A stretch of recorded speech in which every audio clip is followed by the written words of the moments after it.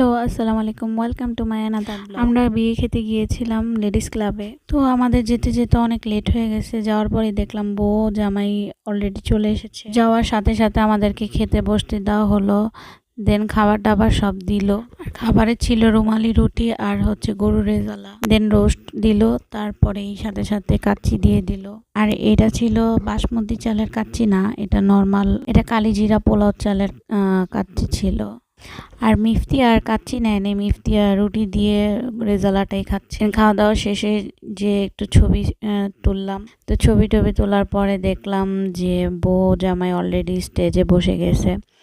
আর আমাদের ভিডিও যদি আপনাদের ভালো লাগে, like comment share and subscribe. Thanks for watching. আল্লাহ হাফেজ।